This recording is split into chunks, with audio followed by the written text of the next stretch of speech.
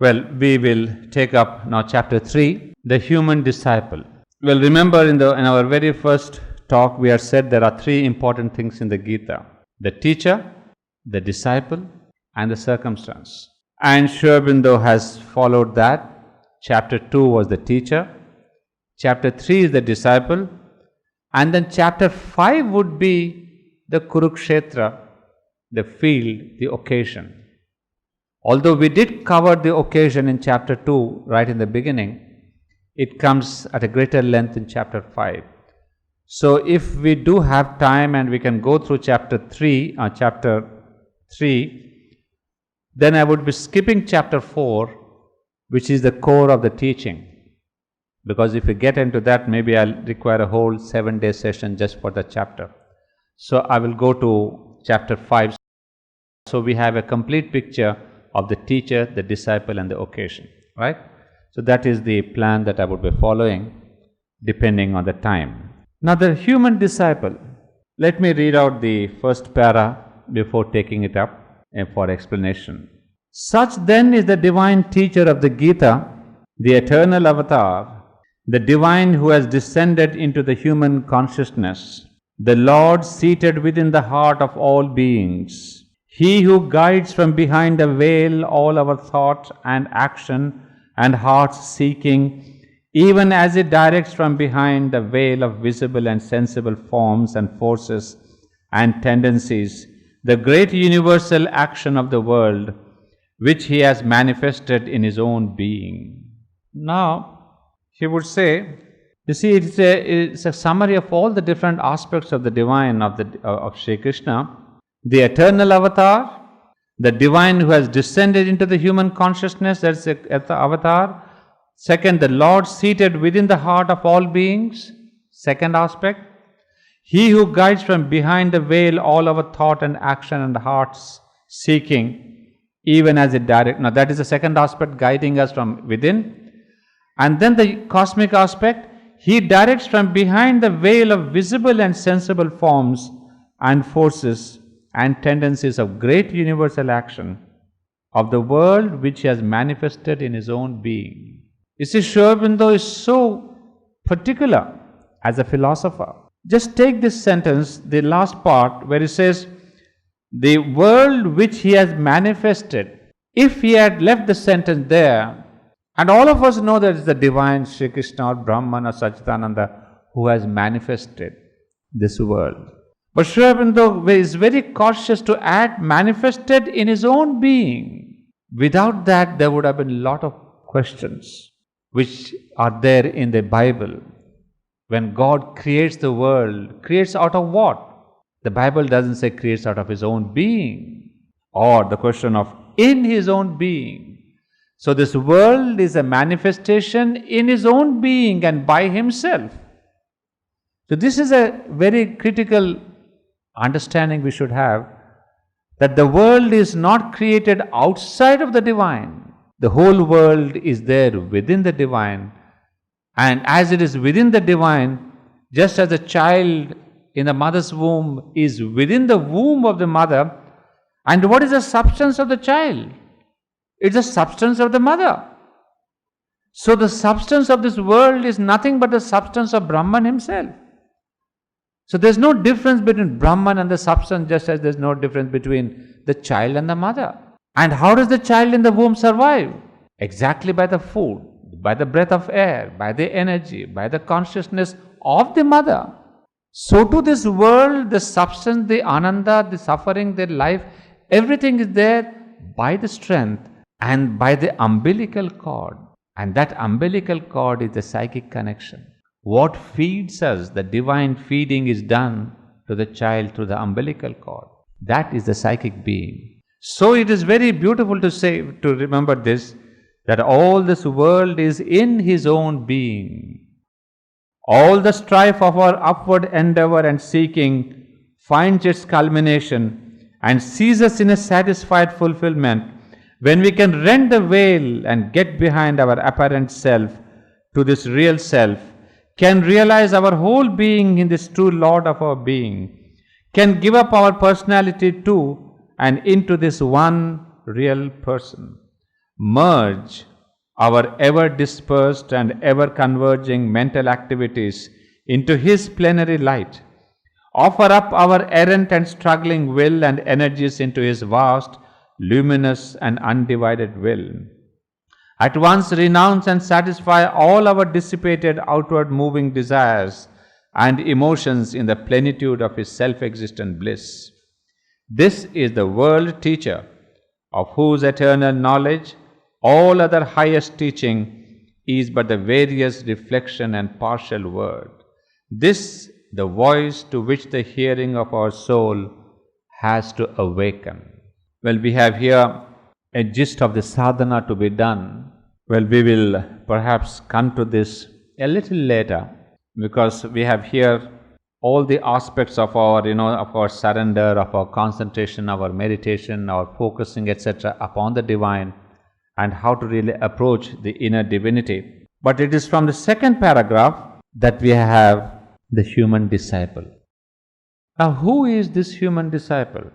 Well, all of us know. It is Arjuna. Here, when the Lord said that I have created this world, etc., that is one aspect. But then the important thing is the disciple. Disciple is necessary, is needed for the manifestation of the Lord. You see, that is the wonderful relation between the divine and the devotee. The inalienable connection between the two. The divine cannot manifest himself on earth without the devotee. So the divine too needs the devotee just as the devotee needs the divine. A wonderful relation. It is that the devotee may say, without you I exist not, but without me you cannot manifest. That is the kind of the innate relation. So Sri Aurobindo takes up this question of the human disciple. But then this whole chapter, those of you who have read it, would see that Sri Aurobindo gives us the analysis of this disciple, a psychological analysis of this disciple. And especially, he would take up the opening scene, the chapter 1 of the Gita, wherein we see the real Arjuna. Real in the sense, the human Arjuna, the one who represents all of us.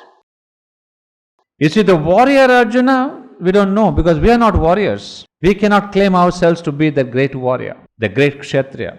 But the Arjuna of chapter 1 is you and me. That's why Sri Krishna, Sri Aurobindo, gives a whole chapter to this singular action, wherein we see the despondency, the dejection of Arjuna. And in fact, that is the, if I can say, that is the weakness of the age. So Sri Krishna brings upon Arjuna that moment when out of the pressure of the circumstance, the weakness comes out. And this is the weakness that we all of us share, the despondency, dejection of life itself. So that is one common point which we all have. And the second thing about this disciple is that he represents all of us, because exactly like in the modern times, we have the dialogue and the debate. Nowhere else you see a disciple asking questions to the Lord. In all other scriptures, the Lord is speaking, the disciples are just receiving. But this is an intellectual thing almost, where you have the freedom to ask questions, where your mind has to be convinced. That's why Gita, if it's presented to the modern youth, is the best thing we can do. Because you have the modern approach there. Although it was written so long back, 2000 years back maybe. But the approach is absolutely modern. Because modern people, we don't want to take things just because Lord said. Well, lot of the people have reaction if you say Lord has said. But if you question and there is an answer, question and an answer. That's why Gita is so very relevant to the present times of modernism. So Arjuna is a modern man with a modern attitude to life. But at the same time, he has this problem which has been eternally in Indian culture since his times, that of asceticism. And then thirdly, The problem that Arjuna faces, the solution that he wants, we all want the same thing. If you tell a modern man about this Shastra or the scripture or what Gita said, what Sri Aurobindo said in the Life Divine, we say, all right, it's all fine. The psychic being is the important thing, you must realize the psychic. It's good. But then the modern man says, what shall I do? Tell me the action that I must do. Don't preach me great knowledge. I know all that. So this is exactly what Arjuna is all the time saying. We will see as we go along. He says, Krishna, it's fine what you are saying, I accept. But what shall I do now? What is the solution to my problem now? How shall I react? How shall I respond? Should I fight? Should I kill? Tell me the solution on a pragmatic level. And you see again Sri Krishna, how he deals with him. He never tells him what to do. Because what's the fun of doing if you don't have the right consciousness behind it? So you see this fantastic psychological conversion. Sri Krishna never answers him directly. So there is a kind of two levels of argument that are taking place. The one, the intellectual, Arjuna analyzing and really questioning Sri Krishna's answer, and Sri Krishna preparing Arjuna on a deeper level. He is never giving him a direct reply, because you see, on the intellectual level one can keep on arguing without coming to a conclusion. That's why we always say, regarding spiritual matters, you shouldn't argue. Because argument is mental, intellectual, and it doesn't solve any problem. So Sri Krishna never argues with Arjuna. So he is giving him an answer.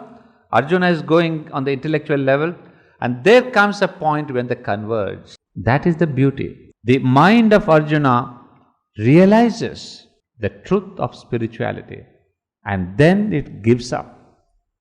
Then Arjuna says, "Oh Lord, show me that form of yours." So now he is turning into that inner vision. The Arjuna's third eye is getting opened. So he also sees all these intellectual arguments are of no good. Then he too realizes the inner aspect. And therefore, he asks for the vision.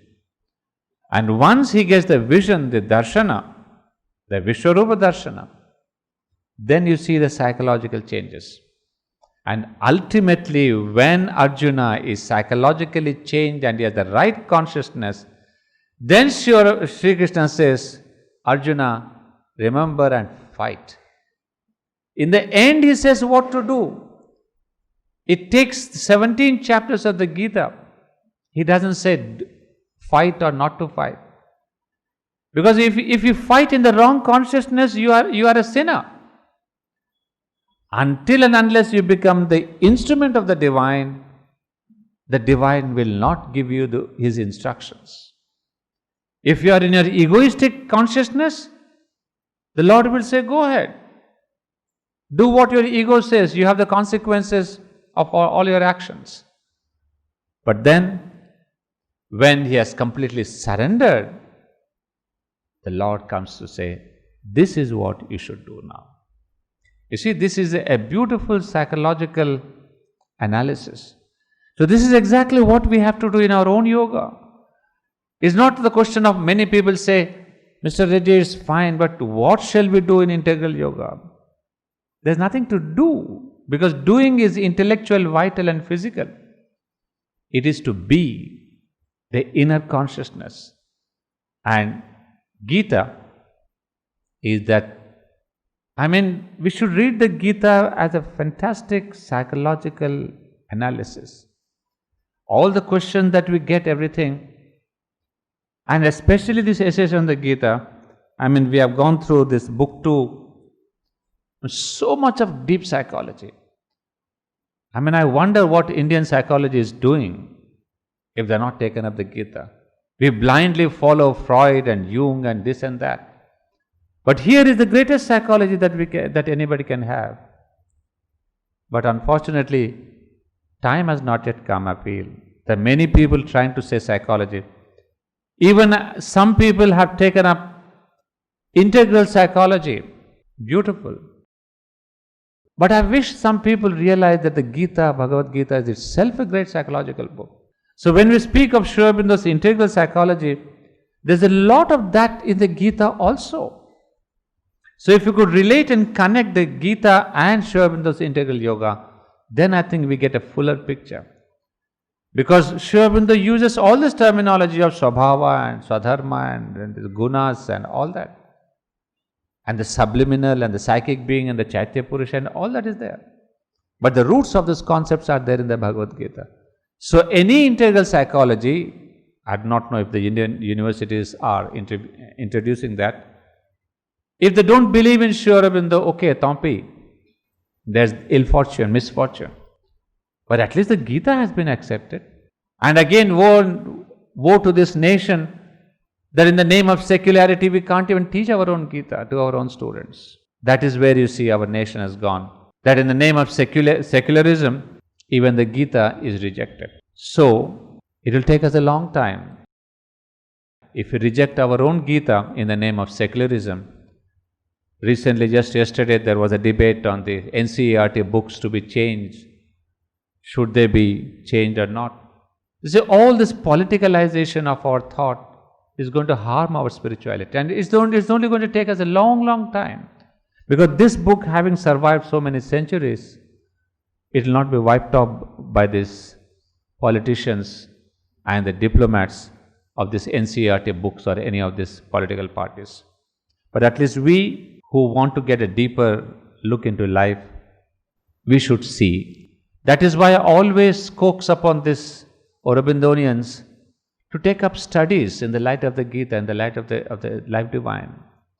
Because we are not here just to hear and have a good word and say, okay, so and so has been a good speaker and we invite him to this place for this conference. But we are all so many of your academics here. So if we want to contribute something a la Sri Aurobindo, we have to do all these research works ourselves. Then only humanity will say, oh my God, this is what Sri Aurobindo is, this is what the Gita is. And we never thought about this. Well, how is it that the West is really pumping their books into our culture and our education? Because they produce these results of books and this and analysis. And we in India have nothing to reply it with. So, I think it's with one of these reactions that I had when I started this Sakar, Sri Aurobindo Center for Advanced Research, that we have to put into practical terms what Sri Aurobindo is telling, relate it to other knowledge, produce works, theses, written books, so that it can spread into non-Aurobindonians also. Otherwise, Aurobindonians are considered as a cult and a sect, and then we are cornered. But this way, what I'm trying to do at Sakar is trying to release this notion that Aurobindonians are not sectarians. Well, that is a different thing. So, I will take up now the real aspect of the human disciple from a different angle. And for that, we shall take a break now.